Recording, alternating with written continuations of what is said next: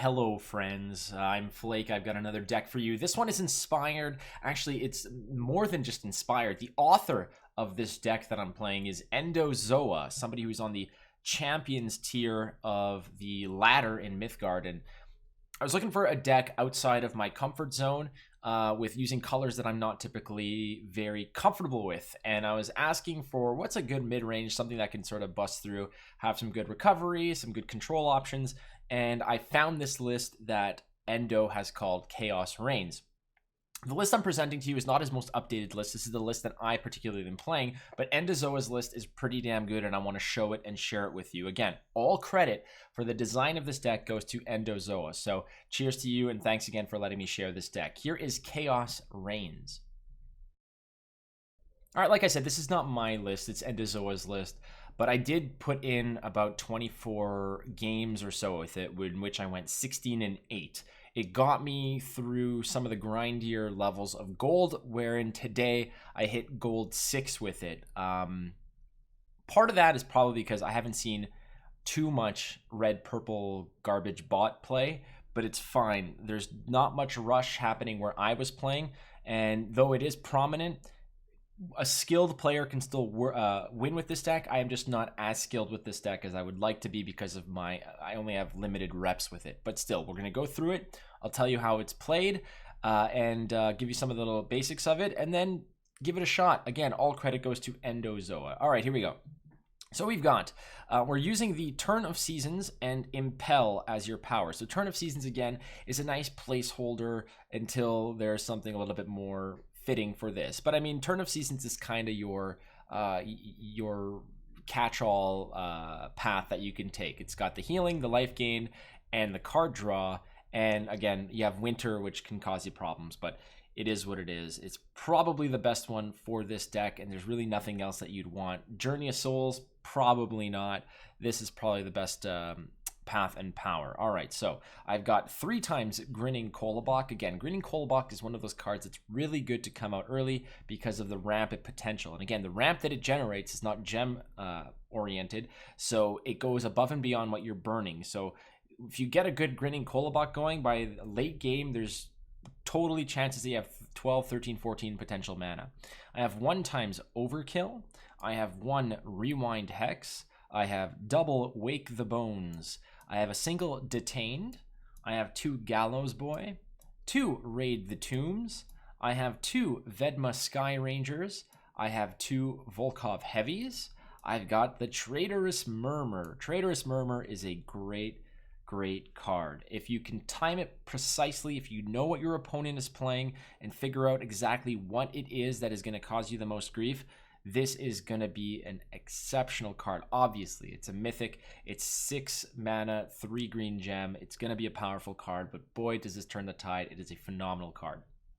Short Stag, obviously, one of the best mythics in green. Eco Turso, a big boy with Overrun as well. So locking a minion down to a spot, make them defender immobile, and then just crash right through them. All right, 3 times Eager Recruits in the orange slot, 2 Dark Passengers. I have 1 Ghoul. I have 2 times Xerxian Recruiter. I have 2 Resupply Caravans. 3 times Serendipity Ifrit. I have double Parry at the Gates. I have Scion of Pride.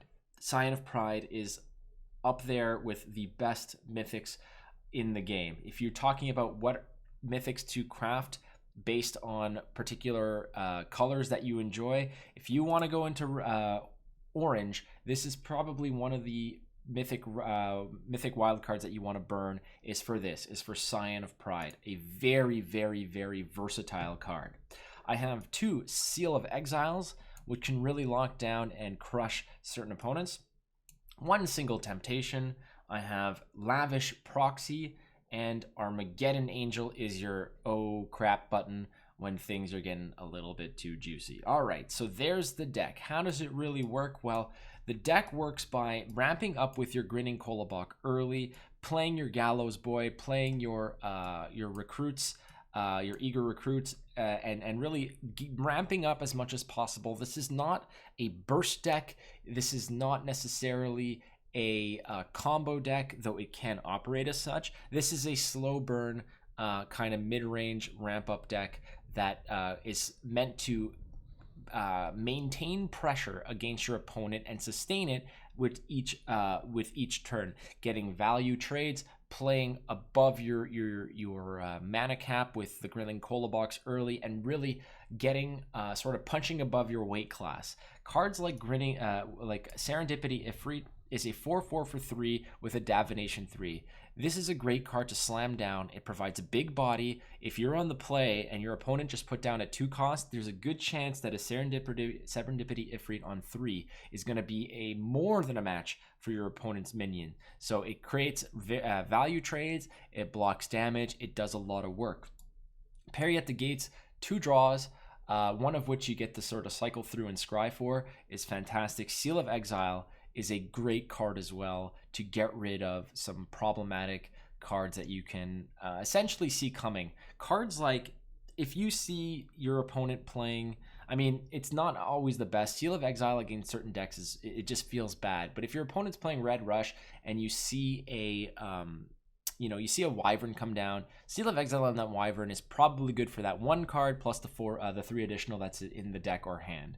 It's not the worst thing in the world, but Seal of Exile is great on things like Miso Libre. Seal of Exile is also great on just spot removing problems that are blocking your big plays. So how does this deck win? Well, you have some big cards. Big cards. Cards like Chort Stag. Now, Chort Stag's a great card for many reasons. Number one, it is an 8/8 overrun, so you have a way to just slam it down and push through your opponent's defense. Not to mention, it has a capped damage intake of 3 per combat, so you can't take more than 3 damage per combat. So any elements of fragile or whatnot, it's completely ignored because this thing's only going to take 3 damage a shot, whether you're giving the damage or receiving it.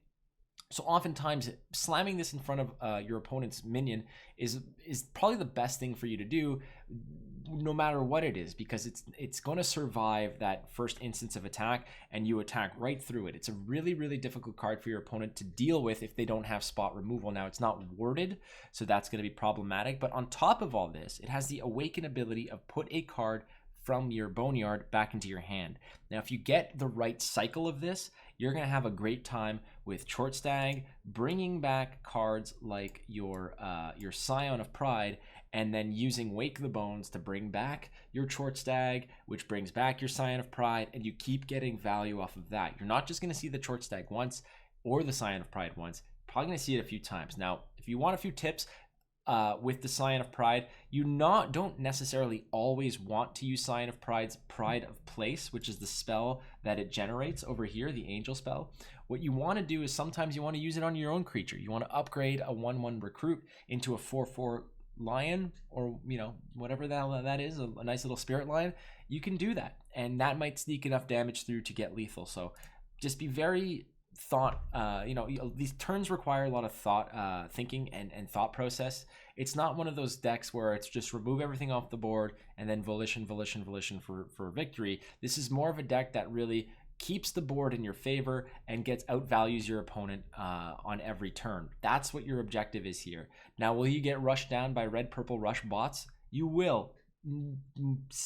I can't say that you're not gonna get screwed in that regard, but there's enough minion placement here and pressure to push back when necessary. Beyond that, you do have the Lavish Proxy, which keeps your health total in at 1, or it won't fall below 1. So you'll have some options there. Beyond that, cards like Temptation for some very interesting steals and trades. Again, think about it. If you're stealing an ephemeral creature and it won't bounce back into the hand, it'll just disappear. So that's kind of a removal as well. But lots of great cards. Now, the one other tip I want to give you is involving the Resupply Caravan. There's a reason why there's 2 in this, because this card over here gives you some really sneaky victories. Now, Awaken, give adjacent minions a standard action. So think of it this way. Let's say you slam down your Ecoterzo, freeze a big creature, and suddenly your Resupply Caravan comes down, and now your creature has two standard actions. So it's attack, resupply in between, attack. That can often be the difference between you know, having to play defensively and just surviving and sneaking out a really nasty victory. So Resupply Caravan is usually a card you want to burn early, because this is the surprise factor. Don't drop this unless you have lethal with it, or you need to prevent lethal. Be very careful about how you play a Resupply Caravan. Other than that, I mean, it's fairly straightforward. You can be the aggressor in this deck with cards like Vedma Skyranger and you know, your recruits. You can spread out, you can push the tempo, and maybe get your opponent to an uncomfortable health position of like 15 or less by the time that your big boys come out, and then they're kind of playing from behind. That's the deck. I really hope that you give it a shot. And again, all credit for the design of this deck goes to EndoZoa, who did a great job putting it together, and I've had a great time playing it. So awesome. Thank you so much for watching. Please check out the channel. I stream daily at twitch.tv/watchflake. You can also go ahead and drop your comments here in the comment field of the video. Hit the subscribe button, all that jam. Thank you so much for watching. Be kind to one another. I will see you soon. Adios.